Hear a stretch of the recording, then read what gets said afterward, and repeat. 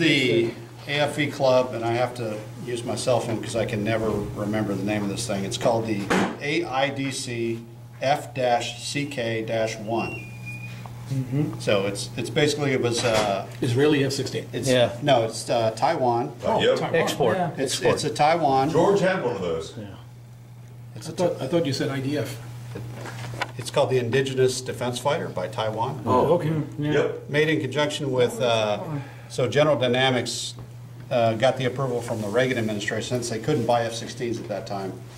Reagan administration said, well, General Dynamics, you can actually help them develop their own fighter, which they did. So this ends up being what they developed, which the reason why I bought it, it's a pretty airplane. It is. And the paint scheme is just really cool. The kit goes together really well. The cockpit is horrible. So I bought a resin seat because the seat was horrible. And then the resin seat was too tall, so the canopy wouldn't go down. So it's like, No. 148 scale, right? Yeah. You'd think they get it right. But anyways, so I ended up using the blue masking tape for painting walls and whatever, and I made my own scratch-built seat belts and metal buckles on the seat.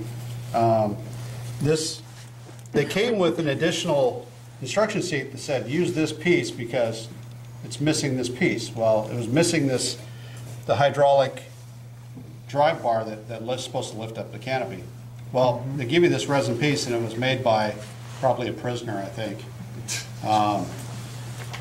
Probably commies are listening to me right now. But anyway, so it was really horribly made. It's really horribly made and didn't fit at all, so I had to do a lot of modifications just to get it to fit. And interesting, after I looked at it, I went to the AFV Club Facebook page and I looked at their model kit. They didn't even bother to put that piece in there. So I was like, I should have just left it out. But anyways,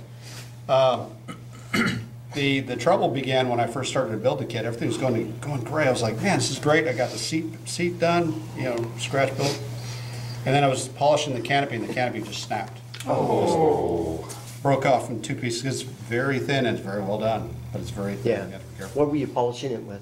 I was using the 123 polishing liquids. Novus, the Novus. Yeah, I use it on my bikes, but Right. I was like, man, this is working really good. It's a beautiful job. So I contacted AFV Club through the internet, and they eventually got me one for $5, but 9 months later. So That's handy. at least I got something.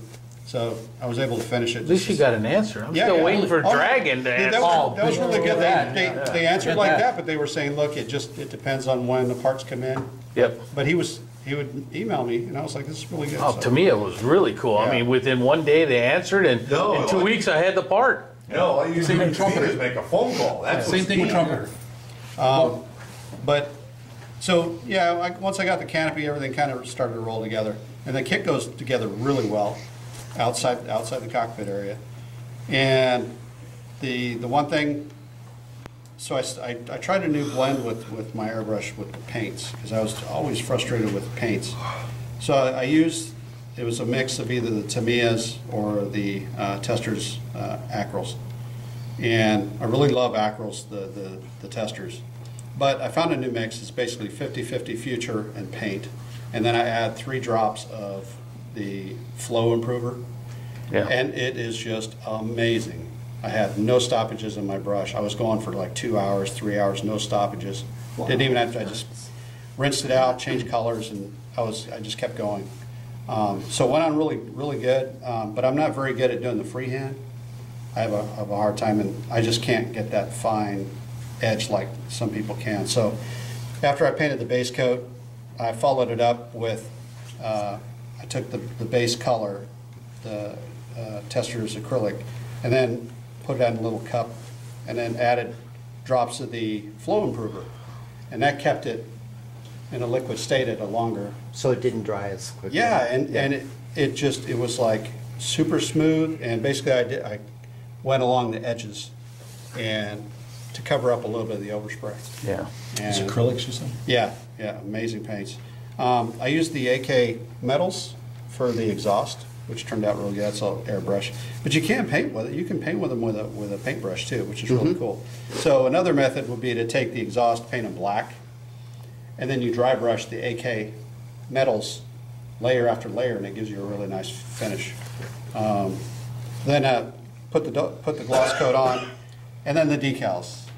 The decals are horrible. They're super thick, thick as paper, and the edge around each decal is like a 1/4 inch. Wow. So you're cutting. Are you talking about the carrier film? Yeah, the carrier film, and then they started to crack, and I was just like, So I didn't put the rest of the decals on. There's all the little "don't walk" and all that stuff Yeah. because they were just horrible. But it took me 4 days to get the tail emblem to lay down. Wow. And it was cracking the whole time, so it was very. It's like I was ready to chuck it in the trash. Nice. End results, nice. Yeah, the end result. I got it from Emo Yeah. at the show. I bought it at the show. Wow, because AFV, I mean, I can understand part of what you're saying, but their model kits, their decals are great. That's what I was wondering. Yeah, That depends. Some of their kits, the decals are made by Cartograph, and some of them are not. yeah. These were not cartographed. Yeah. These are Wajing province Yeah. prisoners that made this stuff. That's right next door to Wuhan, right? Yeah, Wuhan. Same guy who did the resin piece. Whether they're photographed or not. Yeah, Those kits I built military, I've never had a problem with that. That's why I was asking where you got Yeah, them. their armor kits are great. That's why I was wondering. But the missiles are just horrible. Is the one thing. The molding is just, it's garbage. And I couldn't put any of the decals on there because the decals are breaking, and yeah. So And that's 48 scale. that's 48 scale. How long you work on it?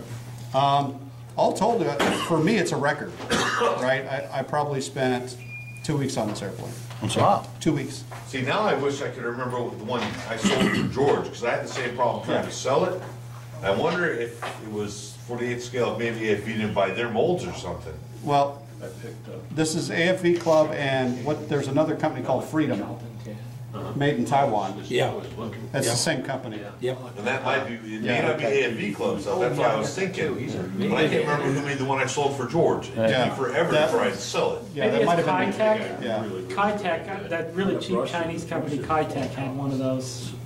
Yeah, they possible. they could be. That could be their decals anyway. Yeah. Yeah. See, that's what I was, I'm But trying, I this just is- can't remember who made George's, but I had to sell it. But the Kitec, the engraved panel lines are huge. Yeah. Oh, really? That, like this is. I haven't seen the This is a Kitec. little bit more I tamed got, down. I got a Kitec Blue Thunder, and it says in handwriting Blue Thunder on the box, and it's like an F-16 or something on the box. Yeah. But the inside is a Blue Thunder. That's the only way you can buy it.